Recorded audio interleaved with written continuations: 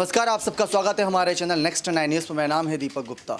उद्धव ठाकरे लगातार चुनाव आयोग और कोर्ट के फैसले का इंतजार कर रहे हैं ताकि उनको कोई खुशी मिले शिंदे सरकार गिरने को लेकर, या शिंदे के इस्तीफे को लेकर, या उनके विधायकों के इस्तीफे को लेकर। लेकिन इन सब के बीच शरद पवार खामोश हैं और शरद पवार बीच में बीमार बताए गए थे, बैठकों में शामिल नहीं हो रहे थे। लेकिन एनसीपी की कुछ बड़ी बैठकों में वो अस्पताल से डॉक्टरों की टीम के साथ रवाना हुए थे उन बैठकों के लिए। लेकिन मातोश्री में भी बैठकों का दौर जारी है, जिसमें अजीत पवार और तमाम बड़े मंत्री भी साथ नजर आ रहे हैं। आपको जानकारी दे दे, शरद पवार संग उद्धव ठाकरे की बड़ी बैठक को लेकर जानकारियां जो सामने आ रही है, उसमें यह कहा जा रहा है कि बीएमसी चुनावों की तैयारियों में बीजेपी और शिंदे गुट, यानी बीजेपी और शिवसेना जो शिंदे की है उसके साथ गठबंधन करके आगे बढ़ेंगे और किसी भी तरीके से बीएमसी चुनाव में अपनी जीत हासिल करना चाहेंगे। लेकिन दूसरी तरफ अगर बात करें तो शरद पवार और उद्धव ठाकरे पूरी कोशिश करेंगे कि बीजेपी को तो ना आने दिया जाए, क्योंकि शरद पवार के लिए सबसे कट्टर पार्टी जो है वो है बीजेपी, और बीजेपी अगर शिंदे के समर्थन से आ भी जाती है तो शरद पवार को शायद ये बात लाजमी सी नहीं लगेगी। इसी वजह से शरद पवार पूरी कोशिश कर रहे हैं कि उद्धव ठाकरे के साथ ही सही, लेकिन हाँ,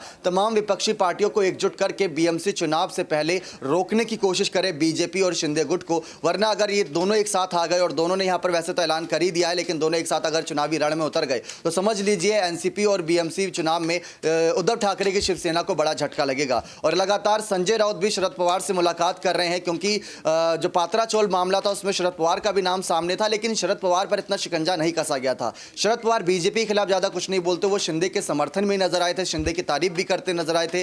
बागी विधायकों के यहां पर मेलजोल की खबरें यहां पर जो सामने आई थी ये भी चौंका देने वाली थी। लेकिन इन सब के बीच जो कड़वी हकीकत है वो हकीकत यह है कि आने वाले वक्त में राजनीतिक तौर पर जो सियासत गरमाएगी वो इन्हीं बैठकों की वजह से गरमाएगी, क्योंकि इन्हीं बैठकों में अचानक कोई बड़ा फैसला लिया जाएगा और फैसला सभी के लिए दंग कर देने वाला रहेगा। अब देखना दिलचस्प रहेगा। जो कोर्ट का तारीख सामने आया है, अगली तारीख बताई जा रही है दिसंबर के पहले हफ्ते में ही यहां पर बड़ी सुनवाई होगी 5 जजों की, और 12 दिसंबर को चुनाव आयोग का फैसला होगा। तब तक शायद शरद पवार भी इंतजार करें कि उद्धव ठाकरे को ही शिवसेना का चुनाव चिन्ह मिले, क्योंकि शरद पवार पहले भी कह चुके हैं शिवसेना उद्धव की है और थी और रहेगी। अब देखना दिलचस्प रहेगा कि शरद पवार की क्या ये सारी भविष्यवाणियां जो उन्होंने 6 महीने में सरकार गिराने को लेकर बात कही थी, क्या वो सच होती है या नहीं। बने रहे चैनल के साथ ऐसी और तमाम जानकारियों के लिए बहुत बहुत धन्यवाद।